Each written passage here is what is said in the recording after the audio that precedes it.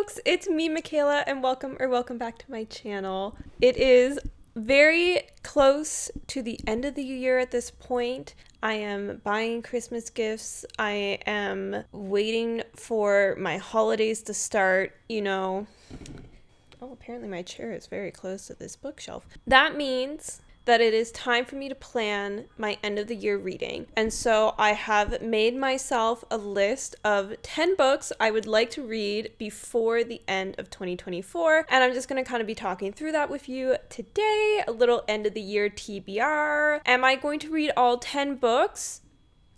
Probably not, but look, one thing we know about me is that I'm going to make an ambitious TBR. Okay, you're talking to the woman who has not finished reading her 23 books in 2023 list, and it's almost the end of 2024, and she has plans to make a 25 books in 2025 list because she's delusional. She's me. So, here we are. Let's talk books. The first book on this list is actually one that I'm currently reading, and that is Jade Legacy by Fonda. This is the third and final book in the Greenbone saga. I'm having a very great time with this book. I'm reading it for a reading vlog, but it's a chunky book. It's 700 pages on my iPad, so I've just been making my way through it. It's been a great time, don't get me wrong, but that doesn't stop it from being a ginormous book, and it's just taking many, many hours to just be able to read it. So it's taking up a lot of my time, a lot of wonderful time well spent, but I do need to finish that before the end of the year. I think I have about 100 to 150 pages of it left, so I'm really on the final stretch and things are getting very good. That reading vlog will be coming shortly though if you actually want to know all of my thoughts on Jade Legacy. So that is the first endeavor of the TBR. Is it mildly cheating to put a book that you are currently reading and you're almost done on a TBR? Maybe, but this is my channel and I make the rules, and my rule is that I can put whatever I want on my TBR. So Jade Legacy is on it. Next up, I have The Bands of Mourning by Brandon Sanderson. This is the third book in Era 2 of Mistborn, which is the Wax and Wane series. I finally got my hands on the mass market paperback of this book. I say finally got my hands on it, it was this big endeavor to do it. It's not that. I just finally actually purchased the book. I could have bought this anytime, whenever, and I just didn't, because I started reading this series. I read the first two books, realized I kind of was out of a fantasy mood and wasn't really in the mood for reading it, and therefore was kind of giving the books unfairly low ratings after finishing them. So I kind of put it on hold, and then this fall I decided to pick it up again and have really been loving it. So I've reread the first and the second book, and now I have the third book, and I'm going to be reading this. This was also one of the famous books on my 23 books in 2023 list that I still have to read. The 23 books in 2023 list was the first year-long TBR kind of thing I made, and I made the mistake of putting full series on the list, thinking that I was just going to read multiple series to completion in 1 year, because I had all of Mistborn Era 2, I had all of the Greenbone saga on it. Did I also have all 3 of the Poppy War on that list? Potentially. Anyway, it was a mistake that I am paying for now while I still try and finish my 23 books in 2023, but reading this will get me one step closer, so we'd like to see that. Am I going to finish reading all of the 23 books on that list before the end of 2024? Probably not, but I'm hoping to get really close, and we'll talk about that in a bit, because Jade Legacy, which I'm reading now, is on that list. This is on the list, and there's more to come, so just wait. But this is what I'm planning to pick up next after I finish reading Jade Legacy. It's also for that reading vlog. If you've been around here for a while watching my videos, you might sense that this is a third installment of my reading books I was supposed to read last year reading vlog series, I guess, that I've been slowly working through. So that is up next on the list. As soon as I finish Jade Legacy, that's what I'm going to be picking up. I then have another book that I'm currently reading, and that is Harry Potter and the Goblet of Fire. I discussed in my fall TBR how I have been doing a Harry Potter critical reread also for the nostalgia. So I made it through the first 3 books fairly quickly, and obviously things have slowed down now with Goblet of Fire. I also am not usually somebody who reads multiple books at once. I usually only have one currently reading book. However, with the Harry Potter series, I have actually been reading it while reading other books, just because I have read these books many times previously. I think I've read the series in full 3 times now. Like my initial one, then I think I read it when I was a bit older, and then I read them all again during the panini when I was in isolation for 2 weeks. I feel like I can kind of pick up and put this down and I'm not missing much because I'm already very familiar with the story. But this is another chunk of a book, and I would like to finish this reread before the end of the year. That is the plan. I don't even know, maybe I'm a third of the way through this book. Did she lock her editor in a room and not allow them to cut anything out of a book? I don't know. But the books just keep getting bigger at this point, so that's what I'm dealing with. I just also don't want to carry this large of a book to work all the time, so I've just been reading it kind of in the evenings on weekends while bringing my other reads to work to read while I'm on my lunch break there. Next up on the list, I have The Front Runner by Elsie Silver. This is the 3rd book in her Gold Rush Ranch series. This is the new cover releases. This only released this week. I only got it in the mail yesterday. And so I am reading Gold Rush Ranch right now, and I would love to finish the Gold Rush Ranch series before 2025 and then get back into Chestnut Springs. I'll probably reread the first 3 Chestnut Springs books before I pick up the 4th one after reading this series. But this is a very high up on the priority list read. I didn't realize this was actually a much shorter book than the other 2 Gold Rush Ranch books so far, but I'm also not mad at it because so far my reading is very large chunky books, so I'm gonna need something like this to break it up. So that's why that's on the list. I then also have A False Start, which is the 4th and final book in Gold Rush Ranch on my TBR. That new cover is releasing in mid-December, I think. So I'm going to be pre-ordering that book. The only thing is that once it's that late in December, I'm going to be away for the holidays, and I don't really want to have the book delivered here and then it be here for a long period of time in the mailroom without me being here to pick it up. But then I'm also do I risk trying to ship it to where I'm going to be for the holidays?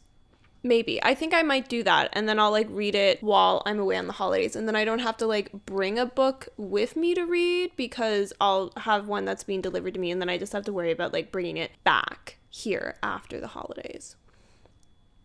I think that's probably what I'm going to do. Those are the 4th and 5th book, The Front Runner and then A False Start. So I'll be reading those hopefully by the end of this year, and then I'll be done that series and I can mark it as complete on my series spreadsheet, which we know I love to do. I'm kind of terrified to do my end of the year review on my series spreadsheet because I really don't think I've managed to keep it as in control as I would have liked, though that is also because I think I accidentally started reading a couple of series this year without realizing that they were the first book in series, and now I just have to deal with that. Consequences of my actions. The 6th book I have on this list is Tress of the Emerald Sea by Brandon Sanderson. I really have been Brandon Sanderson heavy with my reading this fall, but the fantasy vibes have just been coming to me for the fall weather, so I've just been picking it up, and I really find his writing is very easy to digest for high fantasy, so they were just very lovely reads. And so I had initially started Tress of the Emerald Sea. I did not read very much of it. I don't even think I read 10% of the book, and it's a pretty big book. I'm not super far into it just because I was kind of in between reads right as I was about to go on vacation, and I was oh well, let me pick up this other book that what just happened to be on my Libby shelf. I'll see if I like it. And then I just kind of haven't had it line up where my Libby loan for it has come through and I'm able to read it, but I would like to finish reading that before the end of the year since I technically have started reading it, but I'll just start it again at this point because that was in the summer. I think it was August when I started it, so I don't really remember anything that I read. So I'm hoping to get the loan in, start reading it again, and finish it before the end of the year. We'll see how well that works out. The next book I have on the list is another romance, and that is because I impulsively bought Lovelight Farms by B.K. Borison. Look, Indigo was just having, it's not really a sale, but like a promotion where they're like, get 1,000 extra points if you buy like festive holiday reads. And then I just saw this on the list and I was like, oh, I've heard good things about B.K. Borison, and this is like Christmas and romance, so like that could be fun. Maybe I'll read it in December. And then I just like bought it. So now I'm here. And like I am excited to read it. It looks like it's like a short little read. I'm kind of hoping for it to have like cheesy Hallmark romance vibes is like kind of what I'm hoping for. Maybe I'll do like a reading vlog of like reading a Christmas book near Christmas, who knows. All I know about this is that it's a romance, there's a Christmas tree farm, and I think it's like friends fake dating, maybe. I didn't read the synopsis. I just remember seeing this cover places and people saying that it was a good book, so I bought it. But then that also means that I'm starting another series before the end of the year if I read that before the end of the year, which would completely just cancel out the fact that I finished reading Gold Rush Ranch if I manage to finish reading Gold Rush Ranch before the end of the year. So like really it's like net zero right now according to my own plans. What's wrong with me? I don't know. So I then have on the list number 8, Emma by Jane Austen. I really have not read a lot of classics this year, and I do like to try and read more broadly with like genre and era and like types of books. And I did have one of my goals for 2024 to like expand my reading more. It's why I read quite a few. I read like 3 memoirs this year, which was new to me, and I would like to kind of get another classic read under my belt before the end of the year. I do like Jane Austen. I've only ever read Pride and Prejudice, so I think reading another Jane Austen would be a wonderful experience for me, and I know Emma is like very popular. I also had Emma on my 23 books in 2023 list. It's coming back again, so I was like, this is a good chance to kind of get like, honestly, it's like 3 birds with one stone, you know, like a book off my 23 books in 2023 list, get another classic read, which I would love to do, and then also read another book that goes towards my reading goal of reading more broadly. That's why it's on the list, but it's also like pretty low on the list priority wise. I kind of like made this list as like priority books. So like number 1, it was Jade Legacy, and like now we're getting to the ones where it's like the likelihood of this reading happening is probably pretty low, but I'm still gonna try. I am going to be delusional and ambitious about my TBR always, so here we are. I then have number 9, which is The Reappearance of Rachel Price by Holly Jackson. This is on the list because this was on the Goodreads Choice Awards, which I was reacting to last week, the like opening round nominees, and it reminded me that I had actually put this book on my TBR after that video. Just went on Libby and put like a holds on for books on the Goodreads Choice Award nominee list that seemed interesting for me, and this one actually came through. Like it's actually not a super long hold for whatever reason at my library, so like I have the book on my shelf, and I was like, maybe it'd be fun to actually read another book that's on the Goodreads Choice Awards list. I do like Holly Jackson. I liked her Good Girl's Guide to Murder series. This is another YA mystery, I believe, and so I'm expecting it to kind of be like a fun, quick read with a mystery element, maybe a bit of a thriller vibe. I just threw that on the list because why not? Right?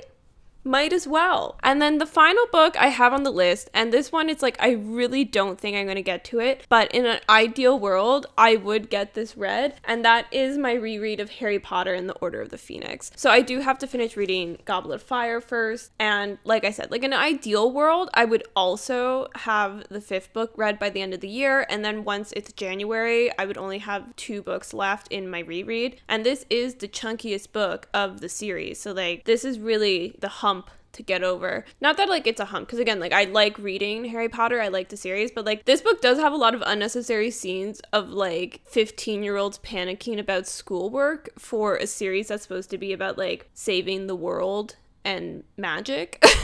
So this one's like really not my favorite book, but like I said, ideal world, I would also finish reading this before the end of 2024, but like this is the absolute bottom of my priority reading list. This is like I happen to manage to read 9 books before the end of the year and I get to pick up another one. Like that's the events that would have to occur for me to get to this before it's 2025. But again, delusion and hello? I make my TBRs purely with delusion and ambition. So, that's where we are. So that is 10 books that I want to read before the end of 2024, my end of the year reading plans, my TBR, my goals, my ambitions, and my delusion. As I said, that's kind of all I have for you today. Do let me know down below what your own end of the year reading goals and plans are. If you happen to like this video, make sure to give it a like, give it a little thumbs up. If you happen to like me, consider subscribing. I'll be happy to have you. And with that, I will see you in the next one, and I hope you're having a wonderful day today. Bye-bye.